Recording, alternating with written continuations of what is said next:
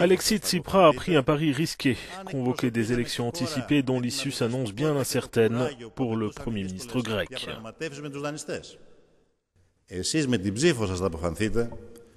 Vous, avec votre vote, vous jugerez si l'accord que nous avons négocié dispose des bonnes conditions pour surmonter l'impasse et peut contribuer au redémarrage de l'économie, et si cet accord nous permet de mettre fin au mémorandum et aux mesures d'austérité cruelles.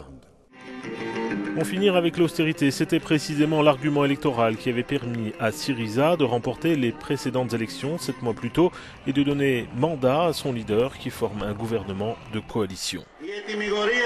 Le verdict énoncé par le peuple grec met fin sans l'ombre d'un doute au cercle vicieux de l'austérité dans notre pays.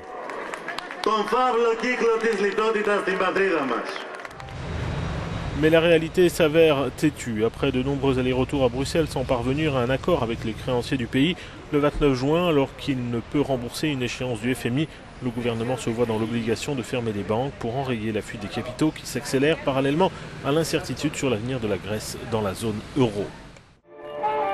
Quelques jours plus tard, les Grecs refusent par référendum le programme de l'Eurogroupe du 25 juin qui prévoyait des nouvelles mesures d'austérité. Le lendemain, Yanis Varoufakis, ministre grec des Finances et bête noire de l'Eurogroupe, marque son désaccord avec Tsipras en démissionnant. Est-ce le signe d'un changement de cap ? D'une certaine manière, oui. Le 13 juillet, Athènes et l'Eurogroupe scellent un accord qui permet à la Grèce de rester dans l'euro grâce à un troisième plan de sauvetage de 86 milliards d'euros, mais c'est une nouvelle fois au prix d'énormes sacrifices. En août, l'accord passe au Parlement, mais révèle une profonde division au sein de Syriza. 43 de ses députés s'abstiennent ou votent contre.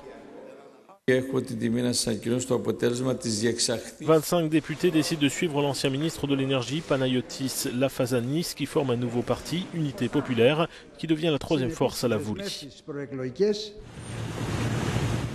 Privé de facto de sa majorité parlementaire, le Premier ministre n'a plus trop le choix. Pour rester au pouvoir, il va devoir de nouveau passer par les urnes. Parmi les nouvelles réformes prévues, les plus dures qui passent par de nouvelles augmentations des impôts et des baisses des retraites doivent être implémentées en octobre. Difficile dans ce cas-là d'obtenir la confiance des Grecs.